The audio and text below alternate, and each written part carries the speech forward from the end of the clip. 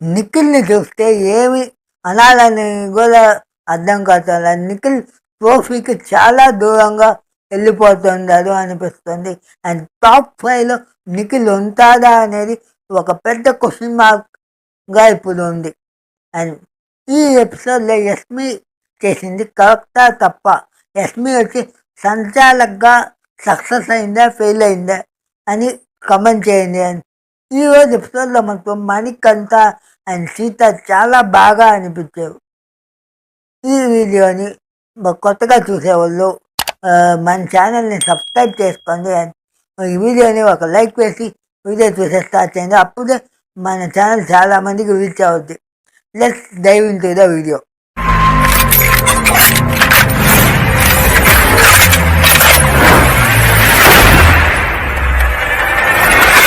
Episode స్టార్టింగ్లోనే Bigg Boss వచ్చి అందరి కాడి నుంచి గ్రాసరీస్ వచ్చి వెనక్కి తీసుకున్నారు. అండ్ బిగ్ బాస్ అనౌన్స్మెంట్ చేశారు, గ్రాసరీస్ని మీరు గెలిచి సంపాదించుకోవాలి, అప్పుడే మీకు లక్షరీ ఉంటుందని.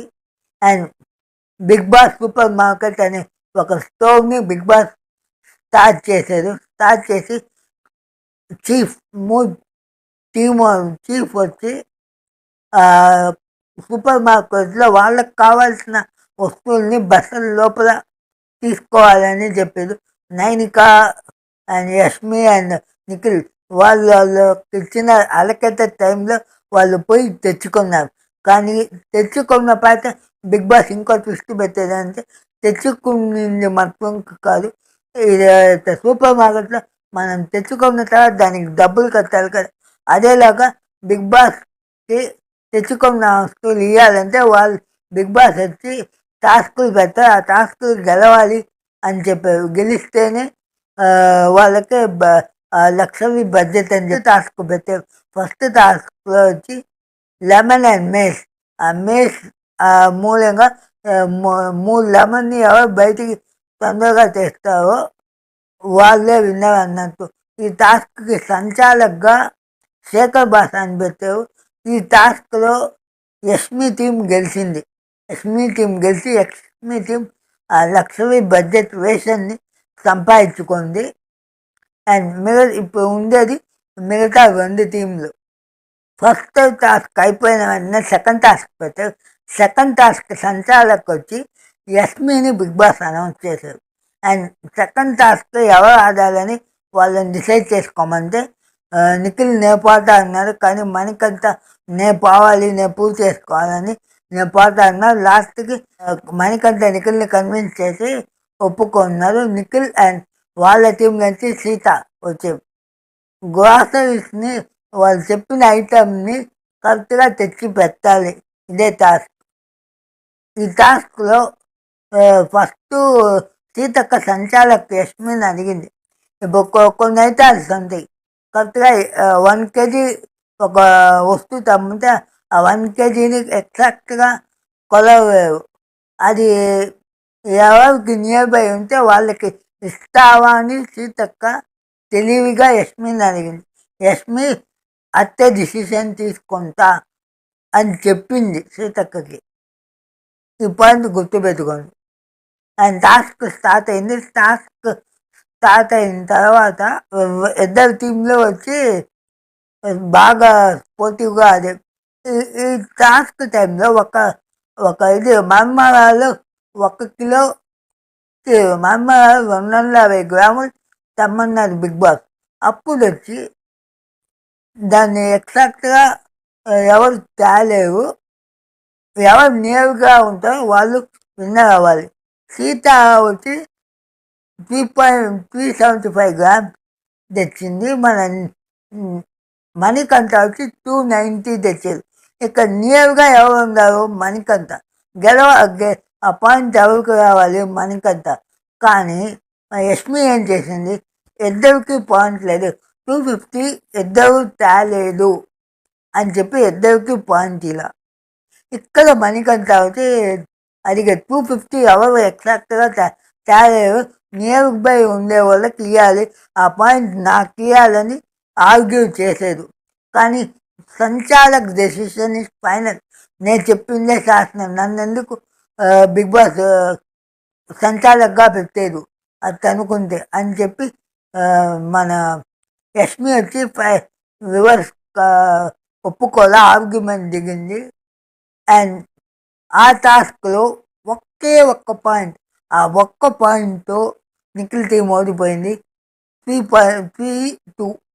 ఆ ఒక్క పాయింట్ తెచ్చుంటే నిఖిల్ టీంకి 3-3 అయి ఉండేది, టై అయి ఉండేది. అండ్ ఫస్ట్ టాస్క్ వచ్చి మన యష్మి టీం గెలిచింది. సెకండ్ టాస్క్ వచ్చి నైనికా టీం గెలిచింది. అండ్ నిఖిల్ టీంకి వాళ్ళు తెచ్చుకున్న రేషన్ వచ్చి స్టోర్ రూమ్లో పెట్టేయమన్నారు. వాళ్ళకి వచ్చి ఏదో ఒక పౌడర్ ఇచ్చారు, న్యూట్రిషన్ ఇది ఇచ్చారు, ఈ మాత్రమే మీరు 1 వీక్ తినాలని చెప్పి గెలుచుకున్న టీంకి అనౌన్స్మెంట్ చేశారు బిగ్ బాస్ ఏంటంటే ఎవరికి షేర్ చేయకూడదు అని. కానీ మీ వస్తువులు మీరు జాగ్రత్తగా పెట్టుకోవాలి. ఇక్కడేం అర్థం, బిగ్ బాస్ చెప్పింది మిగతా టీం స్టోల్ చేయొచ్చు కానీ ఆ టీం వాళ్ళు షేర్ చేయకూడదు. ఇక మిగతా టీం వాళ్ళని తినకూడదని చెప్పలా, కానీ ఆ గెలుచుకున్న టీం షేర్ చేయకూడదు అనేది చెప్పింది. సో ఇక ఇండైరెక్ట్గా బిగ్ బాస్ చెప్పింది మీరు దొంగతనంగా చేసుకోవచ్చు అని. కానీ ఇక్కడ మన నిఖిల్ వచ్చి నేను దొంగతనం చేయను అని ఒక ఇదిగా అసలు నిఖిల్ గేమే పోయిందనిపిస్తుంది. ఫస్ట్ 1 రోజులు చూసిన నిఖిల్కి ఇప్పుడు చూసే నిఖిల్కి చాలా ఎక్కువ డిఫరెన్స్ ఉంది. అని చాలా డౌన్ అయిపోయాడు, ఎమోషనల్గా వీక్ అయిపోయాడు. టీం వాళ్ళకు ఉండేదే చిన్న టీం, ఆ టీంకి మనకంతా ఆల్రెడీ చెప్తుంటారు దొంగతనం చేద్దాం నాకు హెల్ప్ చెయ్యి అని. కానీ నిఖిల్ వచ్చి నువ్వు కాంతే చేసుకొని నేను చేయనని సపోర్ట్ చేయటం మన మణికంతకి. ఈ ఎపిసోడ్లో నిఖిల్ వచ్చి టోటల్గా డల్గా ఉంది.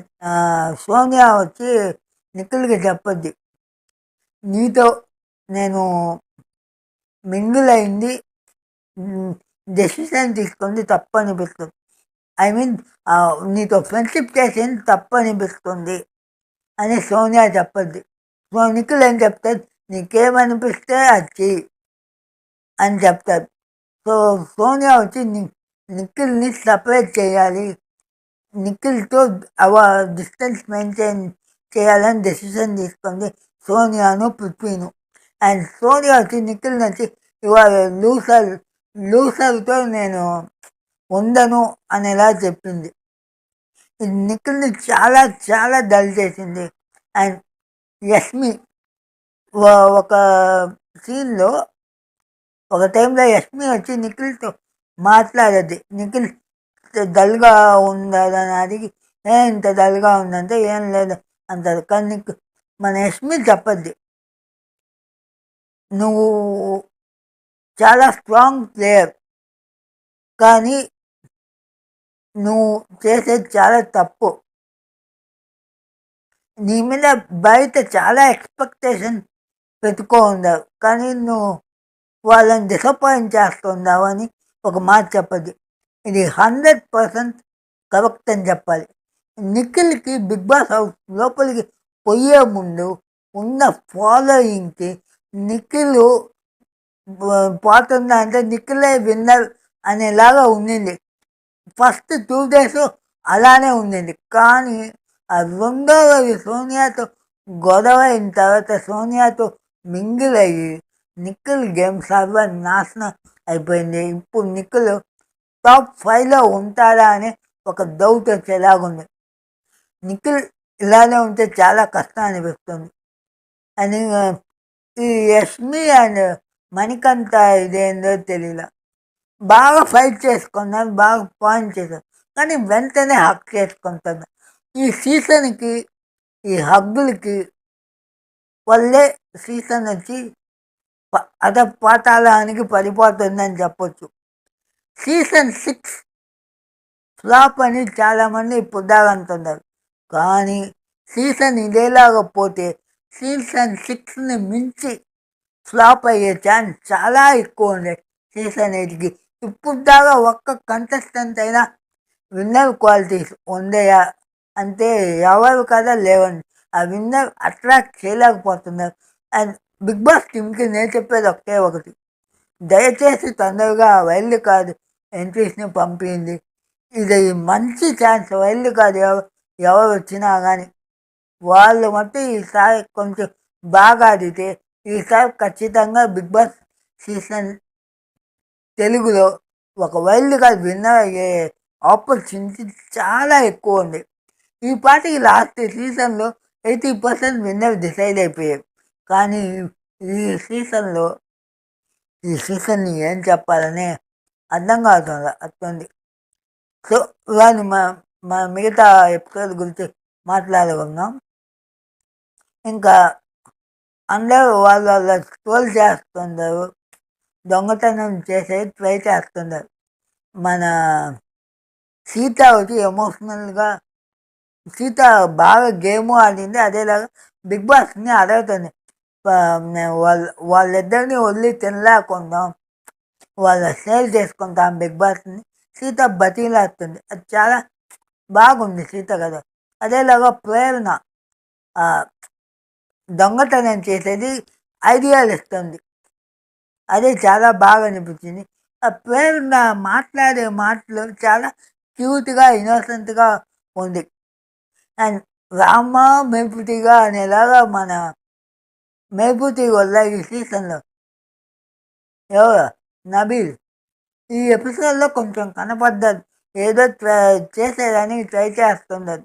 అండ్ మన ఆదిత్య ఓం గారు అయితే అసలు ఉండాలా లేదా అని తెలియలా, అలా ఉండాలి ఆదిత్య ఓం గారు.